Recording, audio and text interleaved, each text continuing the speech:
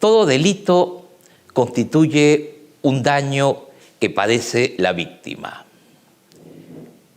¿Esta tiene algún respaldo en la ley para poder obtener una compensación por ese daño?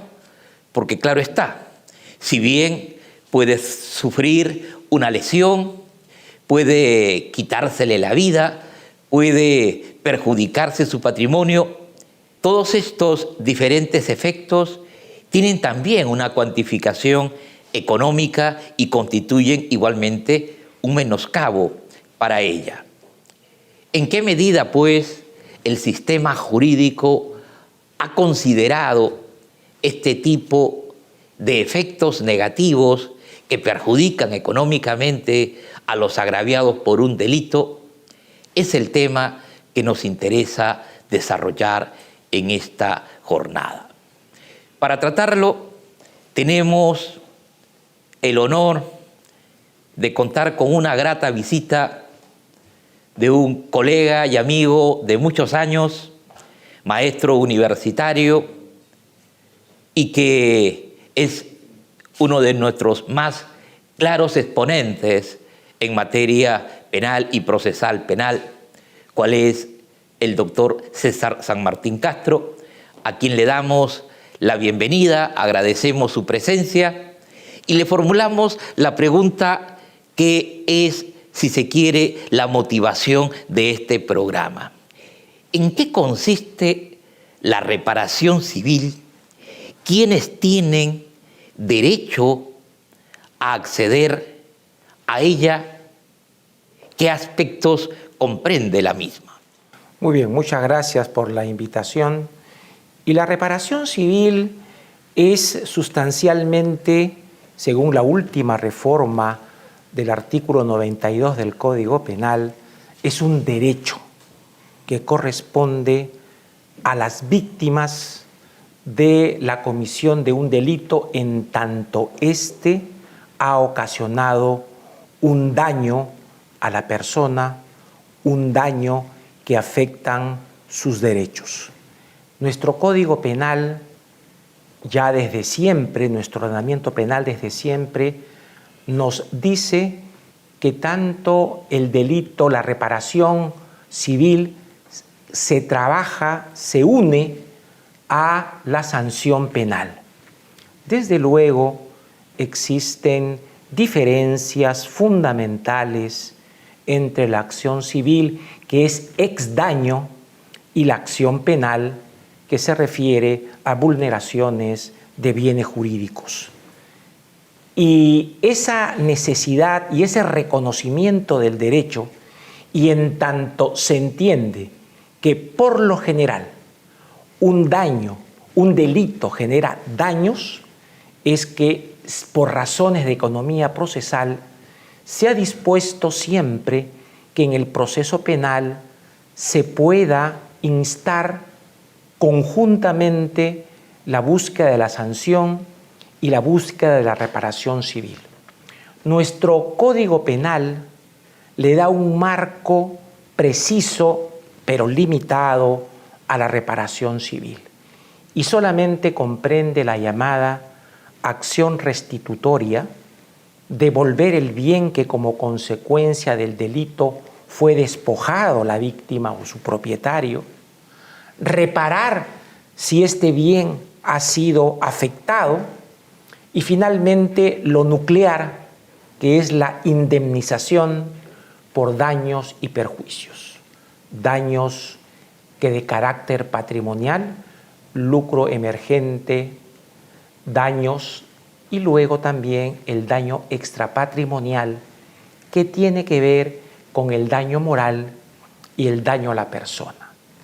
Y aclaro, el daño moral está referido a esa afectación, ese sentimiento subjetivo de congoja, de dolor psíquico, de malestar profundo que en su psique experimenta la víctima como consecuencia de la acción criminosa del imputado y del, por supuesto, del encausado, del autor o del cómplice del delito.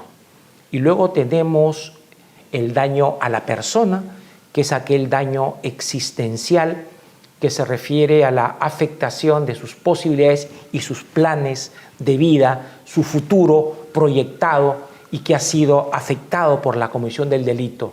Y el lucro cesante y el daño emergente como daños patrimoniales están en función a lo específicamente patrimonial que ha afectado la conducta delictiva en cuanto a sus posibilidades de trabajo, posibilidades que está obligado a no trabajar, la pérdida de ingresos, la pérdida de contratos, la pérdida de actividad lucrativa que ha podido realizar y que el delito, esta acción dañosa, le ha generado.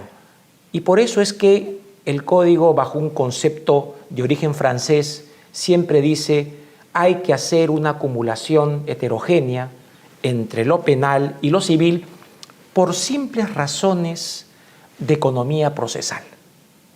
Pero esto no significa reconocer las diferencias que existen entre la acción penal y la acción civil.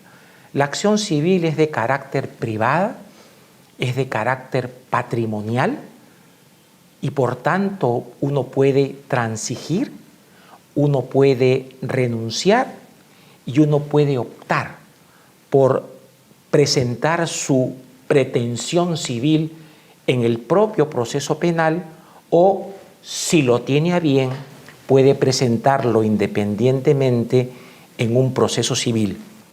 Que la acción civil se sigue en el proceso penal no quiere decir de que se va a fijar criterios de derecho público a la acción civil. Son procesos acumulados autónomos y cada uno tiene sus criterios de imputación y sus pautas legales.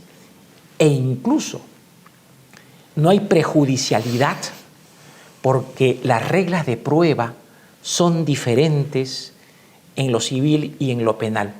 Por eso que algunos autores dicen: es muy complicado que un juez que se especialice en lo penal también analice temas de puro derecho civil de daños, de responsabilidad extracontractual, porque son criterios distintos, reglas de prueba distintas, pautas diferentes, y eso puede generar problemas. Pero, y acá culmino para el diálogo, nuestro código nuevo, el Código Procesal Penal, siguiendo las nuevas tendencias, estableció que el tema de acumular acción civil y penal es un tema que la ley lo define. Y como se trata de procesos autónomos unificados porque hay una unidad de objeto que es el hecho perpetrado por el autor, entonces hay muchas posibilidades de que una absolución, un sobreseimiento pueda generar lo que puede ser contradictorio, que es una apariencia de contradicción, que se imponga una reparación civil a quien fue absuelto o cuya causa fue archivada y él sobreseído. Pero esto es absolutamente lógico y coherente porque, como digo, son criterios distintos. Uno puede absolver porque el hecho es atípico, pero siendo un acto ilícito puede generar un daño y por tanto puede ser objeto de la reparación civil correspondiente. Creo que ha sido una explicación bastante gráfica e integral de lo que significa la reparación civil como indemnización, como posibilidad restitutiva, como compensación frente a daños morales o personales, y algo que resulta novedoso en el marco de la regulación nacional, como también lo has precisado, el que nuestro código ya posibilite de alguna manera una mayor distinción entre ambos niveles de consecuencias que, partiendo del delito como suceso antijurídico, corresponde. Cuando un trabajador que es dependiente de una empresa produce, cumpliendo su actividad laboral, un accidente de tránsito, algo que desafortunadamente es relativamente frecuente en nuestro medio, la empresa asume algún nivel de responsabilidad o de obligación en torno a la reparación civil? Por supuesto que sí. Y acá es lo que se llama en el derecho civil la responsabilidad indirecta, o sea, la responsabilidad aquiliana. O sea, quien es titular de una empresa, titular de un bien peligroso, que tiene un trabajador y que éste, en el marco de esa misión de conducir, produce un accidente, es responsable indirecto él, la empresa, el dueño del bien, y por tanto debe responder en vía de solidaridad en relación a los daños y perjuicios. Nuestro Código Penal y el Código Civil fijan que estos criterios son de solidaridad. Hay una excepción, que la novísima ley que se dictó para ver el tema de evitar que en los casos de delitos de corrupción se rompa la cadena de pagos en empresas que están vinculados por licitaciones o en APP, asociaciones públicas y privadas. Aquí se dijo algo rarísimo, que en estos casos la responsabilidad es mancomunada. Es la única excepción que se encuentra, no me parece muy lógica, pero en fin, así está en la ley, definir si la acción es mancomunada o solidaria. Cuando hablamos de mancomunado o solidario, ¿qué queremos sostener de cara al pago, por ejemplo, de una reparación civil? Cuando es solidario, cualesquiera de las personas que están obligadas a pagar, el tercero civil o el imputado como autor directo, el autor o cómplice como autores directos, uno puede exigirle a cualesquiera. El y tercero luego civil, claro, sería la empresa. La empresa, uno le puede exigir que pague todo, pero luego la empresa va a ir en vía y en la vía civil, en vía de repetición contra el corresponsable para que le pague la cuota correspondiente. Cuando hablamos de mancomunado, hablamos de una especie de prorrateo Cuando es mancomunado, cada uno responde por lo suyo y tiene que indicarse en la sentencia cuál es el monto que le corresponde. Son montos propios, autónomos, y por tanto solamente uno va a pagar ese monto. Cuando es solidario, responde por el todo. Y después entre los condenados se arreglan y se ven cómo cada uno va a distribuir su nivel de culpa. La reparación civil se va modernizando. De hecho, hay problemas en la realidad actual que motivan que poco a poco se vaya desplazando la identificación de estos montos reparatorios a partir de mecanismos técnicos, tal vez sofisticados, pero necesarios. Sobre ello volveremos en unos minutos a conversar con el profesor César San Martín Castro.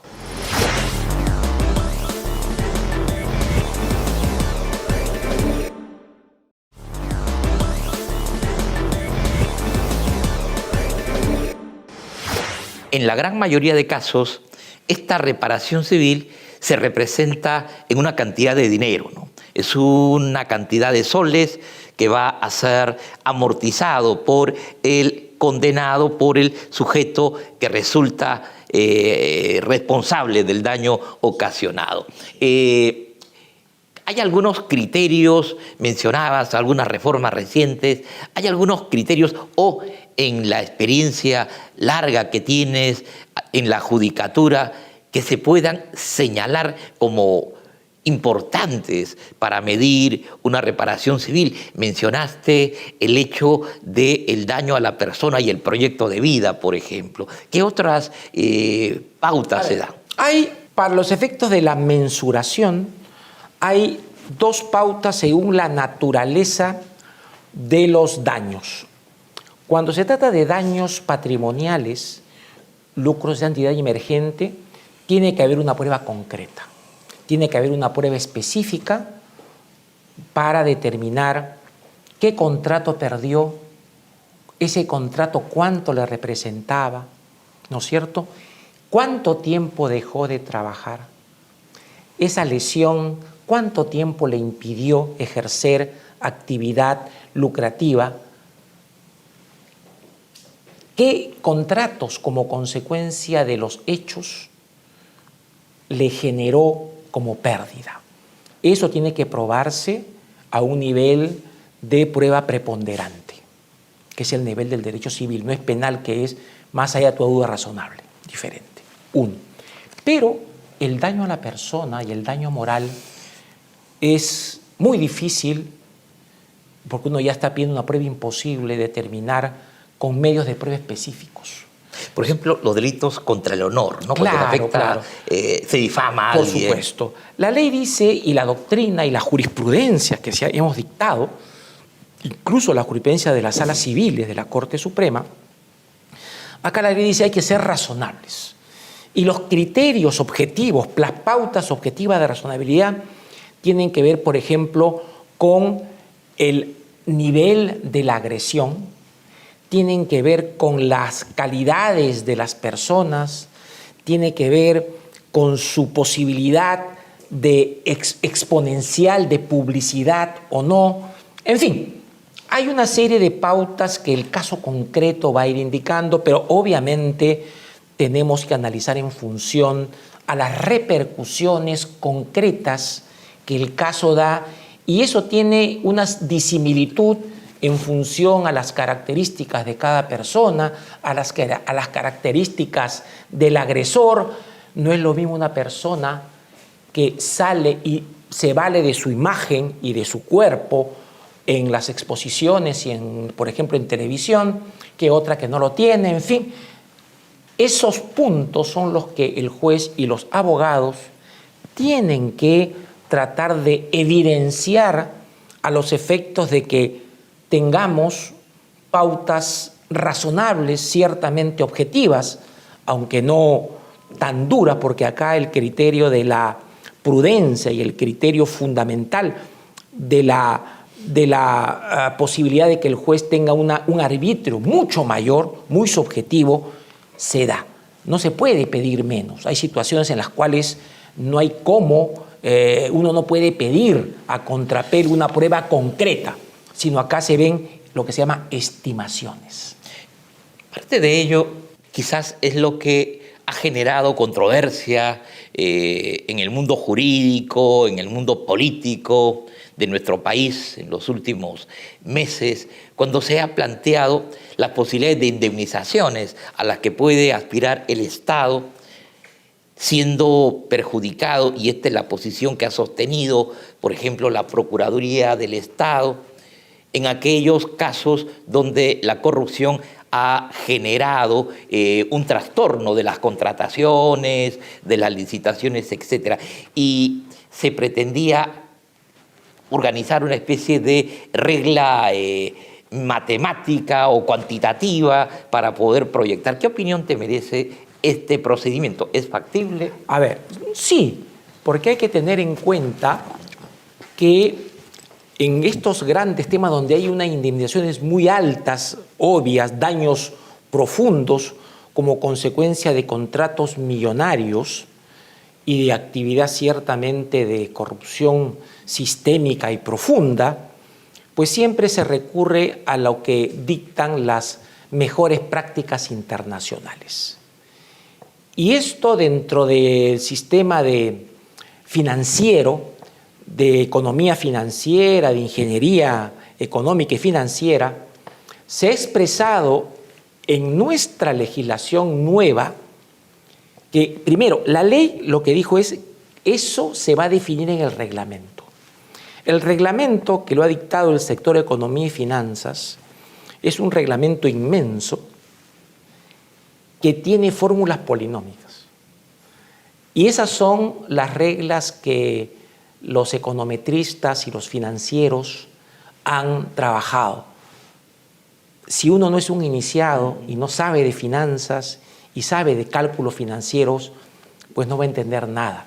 Pero entonces acá va a haber un problema, claro, porque ya no es que la cuantificación es una cuantificación sujeta a un estándar autónomo propio que hace cada procurador o cada representante del Estado en concordancia con las empresas involucradas, sino acá hay reglas jurídicas, de suerte que el control, por ejemplo, en casación o en apelación, ya no va a ser, uno no puede decir, bueno, como es un aspecto de derecho privado y patrimonial, si ustedes han acordado Z, pues Z no me meto. No, porque eso ya tiene una concreción legal y va a determinar entonces que el juez también tenga que acudir a los expertos peritos para que le digan, sí, para que le digan si en efecto se han aplicado correctamente las fórmulas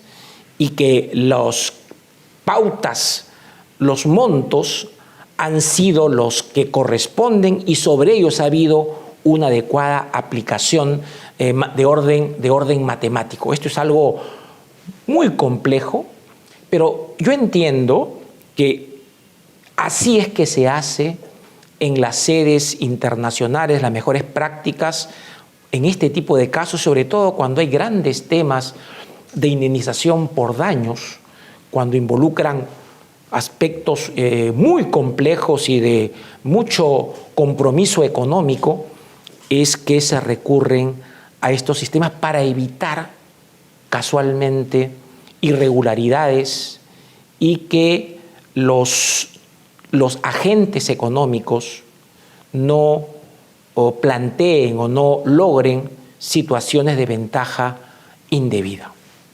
Estos derechos ya reconocidos a través de una decisión judicial para un acceso a la reparación civil, ¿pueden ser transmisibles a nivel de sucesión? Por supuesto que sí. Por eso es que el propio Código Penal establece que estos derechos son transmisibles a los herederos. El derecho de la víctima de cobrar se transmite a los herederos. Obviamente, el heredero responde hasta el monto de su herencia, lo que igualmente el seguro responde por el monto de la prima. Eso es indudable, pero es persecutoria del monto que el responsable tenía al momento de fallecer. Así que este es un tema que es absolutamente claro y así es que se procede legalmente. Incluso nuestro Código Penal y el Código Procesal Penal que ha desarrollado el punto nos dice igualmente que si el imputado, el responsable, ha realizado maniobras fraudulentas para deshacerse de bienes propios con los que responder al pago de la reparación civil, la restitución y la indemnización se van a garantizar mediante nulidades de transferencias.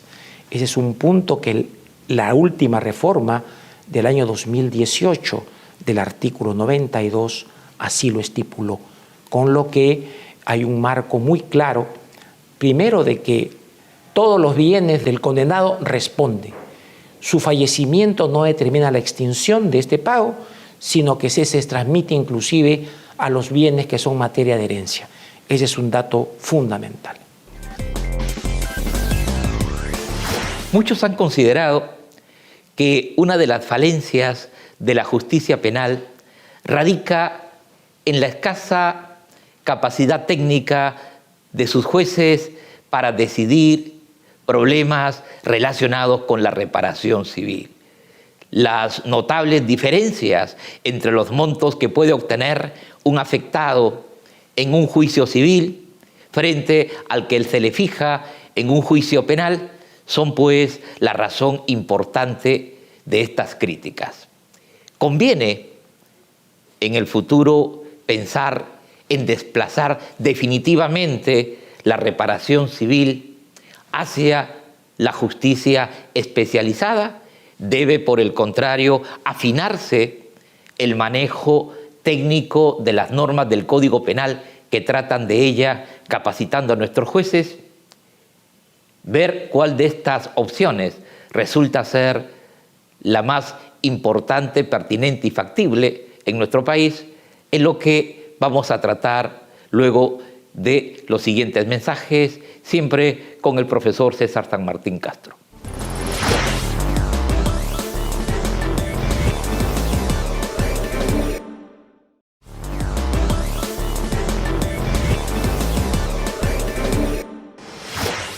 Qué importante conocer que el derecho a la reparación civil ha evolucionado positivamente en el derecho nacional.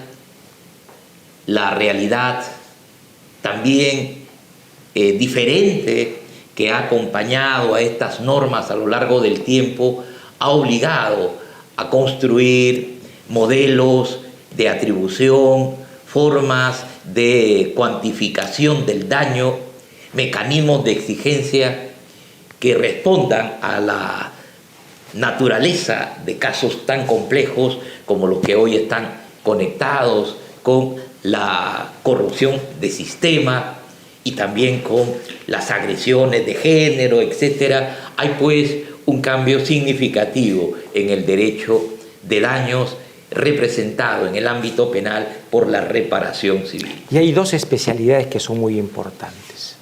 Primero, que los intereses legales funcionan y desde el momento en que el hecho dañoso se produjo. No hay que incurrir, como es la regla, en que tiene que haber, empieza a correr desde la sentencia. No, desde el hecho dañoso. Primer punto importante. Y esa es una obligación legal absoluta, de suerte que si el juez omite colocar eso, como es de ley, es obligatorio, se impone así como tal. Y en segundo lugar, el tema de la prescripción, que es un tema que mucho se habla. Nuestro Código Penal establece que la prescripción de la reparación civil no procede mientras está vigente la acción penal. ¿Esto qué significa? Que ya lo ha resuelto la Sala Civil de la Corte Suprema en varias ejecutorias, sentencias casatorias. Es una causal de interrupción de la acción civil.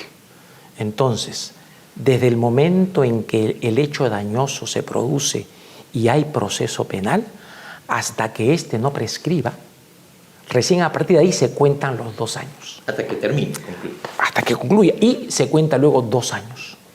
En consecuencia, no es como uno dicen, no, a los 2 años. No, señor. Eso es una incorrecta interpretación de la ley y además, pues, y eso responde mejor a lo que es un daño y a la tutela de la víctima. Muy pertinente esta variante y esta aclaración que has formulado. Porque claro, si hay una característica en los procesos penales es su larga duración. Por ende, el plazo de 2 años, entendiendo lo que va desde el momento que se inicia el proceso, pues fácilmente va a dejar sin posibilidad de una acción civil posterior. Así que creo que ha hecho muy bien nuestra Sala Civil de la Corte Suprema de precisar que hay una causal de interrupción y que recién finalizado el proceso penal, es que se proyecta esta posibilidad de exigencia del pago de la reparación civil o la indemnización que corresponda.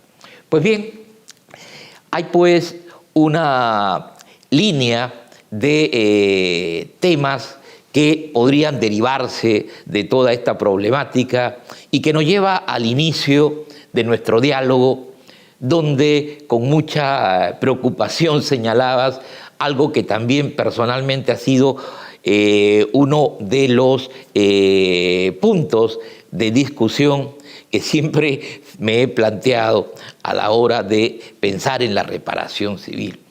¿Está en buenas manos este tema y estos efectos, manteniéndolo en los jueces penales? ¿Es que la ley debe de dar tal vez criterios más precisos en torno a la decisión del alcance de la reparación civil? O lo que es más radical, que sea la judicatura civil, en definitiva, la que se haga cargo de esto. Mencionaba lo que siempre ha sido el razonamiento práctico de la economía procesal. ¿Para qué vamos a obligar a una persona a hacer 2 juicios? ¿No? ¿Te parece que el futuro ha de mantener esta dicotomía en sede penal de poder acceder a lo civil? Yo creo que la línea es la que el Código tiene trazado. El Código Procesal Penal lo que ha hecho es relativizar, desformalizar el planteamiento de principio del artículo 92 del Código Penal para decir que si la propia víctima quiere voluntariamente ir a la vía civil, pues que vaya a la vía civil. Y además ha fijado reglas de ruptura cuando, por ejemplo, el proceso se archiva por razones provisionales, porque el imputado no está, etcétera, y uno puede ahí acudir al procedimiento civil. No obstante, es una excepción a la regla que impide ir a 2 vías simultáneamente. Entonces, esto creo que es correcto en términos también de protección de la víctima. Y claro, la discusión acerca de si el juez penal está preparado para ver acción civil, yo creo que este es un tema de información y es un tema de capacitación. Yo creo que desde una perspectiva de un Estado social nos corresponde a los jueces penales tener una información que no es tampoco tan difícil acerca de los criterios de derecho civil de daños. Creo que el tema es claro y lo que sí hay que demandar es una mayor creatividad, una mayor precisión, un intento de ir creando reglas jurisprudenciales cada vez más precisas para determinar los montos de la reparación civil y de los daños, porque no puede ser que un mismo hecho, un mismo daño, en lo civil se pague 100 y en lo penal se pague 2. Esto es absurdo porque el daño es el mismo. Por tanto, eso requiere también un diálogo entre las 2 jurisdicciones y que, como se hizo en Italia en su día, y está muy desarrollado allí, una suerte de parámetros, de baremos que fijen reglas apodícticas, pero reglas que de una u otra forma guíen al juez en fijar indemnizaciones justas a tono con el daño sufrido. Creo que esa es la alternativa que hay que pensar en el futuro inmediato. Bueno, ha sido un diálogo muy productivo el que hemos tenido con nuestro invitado. Ha quedado muy claro que la reparación civil es un derecho que se expresa en el daño patrimonial producido y que se materializa a través de un monto económico que se fija, sea en el proceso penal o alternativamente, como propone nuestra legislación procesal, puede igualmente ser requerido por el propio perjudicado en la sede civil. Nos resta solamente agradecer a nuestro amigo César San Martín Castro, quien ha tenido la gentileza de brindarnos toda esta información.